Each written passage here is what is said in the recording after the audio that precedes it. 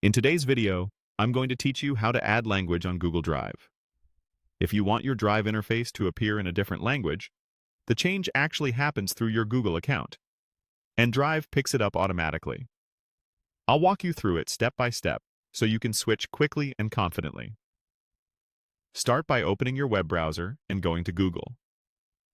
At the top right of the Google homepage, look for the grid of small squares, often called the Google Apps icon or the waffle. Click that to open the Apps menu. From there, choose Drive to open your Google Drive. If you're already signed in, your files will load right away. If not, sign in so you can reach your settings.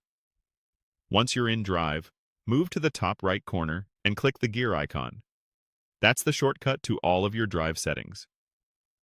In the menu that appears, select Settings to open the full settings window. Here, you'll see different categories on the left. Find the Language section. In that area, there's a link that says Change Language Settings. Click it. This link takes you out of the Drive panel and into your Google account language page, where the actual language preferences are managed for all Google services, including Drive. On the Google account language page, look for the option to Add another language and click it. A search box will appear. Start typing the language you want to add, and you'll see suggestions as you type. Many languages include regional variants, so choose the version that best matches your location or preference. For example, some languages differentiate by country to adjust spelling and formats. After selecting the language, click Save. That confirms your choice and updates your Google account. Drive typically reflects this change automatically. If you don't see it right away, give it a few moments or refresh your Drive tab.